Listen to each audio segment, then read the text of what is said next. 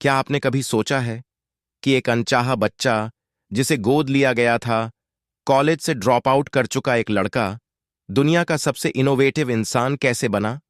ये कहानी है एक ऐसे इंसान की जिसने अपनी कड़ी मेहनत, जुनून और इनोवेशन से पूरी दुनिया बदल दी। आज हम बात करने वाले हैं एक ऐसे इंसान की जिनकी सोच ने दुनिया बदल दी। एक ऐसे व्यक्ति की जो सिर्फ एक कंपनी का मालिक ही नहीं, बल्कि एक विचारधारा का जन्मदाता भी था। हाँ, हम बात कर रहे हैं एप्पल के सह संस्थापक स्टीव जॉब्स की। उनका जीवन एक ऐसे सफर से भरा था जो हर नौजवान के लिए प्रेरणा का स्रोत हो सकता है। लेकिन क्या आप जानते हैं कि यह सफर कितना कठिन था? कैसे एक छोड़ा हुआ बच्चा दुनिया का सबसे बड़ा इनोवेटर बना? चलिए शुरू करते हैं गरीबी से शुरू होने वाली कहानी जो सफलता तक जाती है। 24 फरवरी 1955 सैन फ्रांसिस्को के एक अस्पताल में एक बच्चा पैदा होता है। नाम रखा जाता है स्टीव पॉल जॉब्स। लेकिन उनका जन्म सिर्फ एक साधारण कहानी नहीं थी। स्टीव के माता-पिता उन्हें पालने की स्थिति में नहीं थे, इसलिए उन्होंने एक मध्यम वर्गीय दंपत्ति पॉल और क्लारा जॉब्स को गोद दे दिया। पॉल जॉब्स एक मैकेनिक थे जो मशीनों और इलेक्ट्रॉनिक्स का काफी ज्ञान रखते थे। स्टीव उनके साथ घंटों गैरेज में समय बिताते और अलग-अलग उपकरणों को खोलकर उनका ढांचा समझने की कोशिश करते। पॉल जॉब्स: स्टीव, अगर तुम्हें किसी भी मशीन का असली तरीका समझना है, तो पहले उसे खोलना सीखो। स्टीव हंसते हुए: तो क्या मैं यह रेडियो खोल सकता हूं?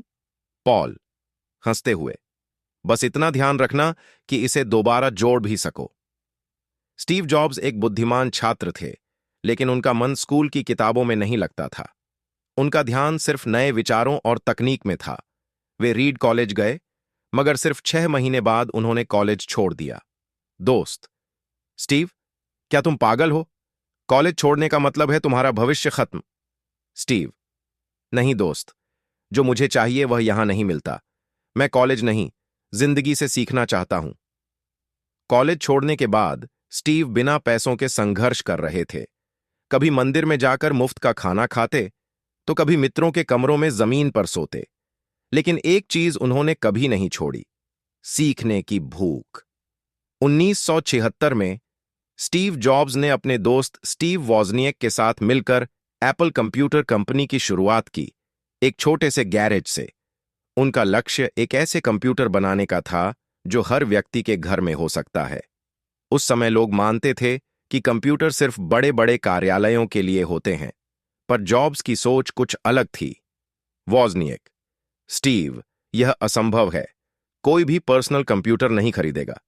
स्टीव जॉब्स: वॉज, अगर हम खुद उस पर विश्वास नहीं करेंगे तो कोई और कैसे करेगा? स्टीव और वॉजनिएक ने अपना पहला कंप्यूटर एप्पल एक बनाया। यह कंप्यूटर काफी साधारण था, मगर दुनिया के लिए एक क्रांति बन गया। फिर आया एप्पल 2, जो दुनिया का सबसे सफल पर्सनल कंप्यूटर बना। एप्पल एक छोटी कंपनी से दुनिया की शीर्ष तकनीकी कंपनी बन गई। लेकिन यह सफलता ज्यादा समय तक नहीं रही। जी हां, आपने सही सुना, स्टीव जॉब्स को उनकी ही कंपनी से निकाल दिया गया। एप्पल के नए सीईओ जॉन स्कली और स्टीव जॉब्स के बीच बहुत बड़ा विवाद हो गया। बोर्ड मेंबर्स ने स्टीव को त्यागपत्र देने के लिए मजबूर कर दिया। स्कली: स्टीव, तुम्हारी सोच कंपनी के लिए जोखिम भरी है। तुम एप्पल के लिए जरूरी नहीं हो। स्टीव रोते हुए: यह मेरी कंपनी है, मैंने इसे अपने खून पसीने से बनाया है। एप्पल से बाहर होने के बाद भी स्टीव ने हार नहीं मानी।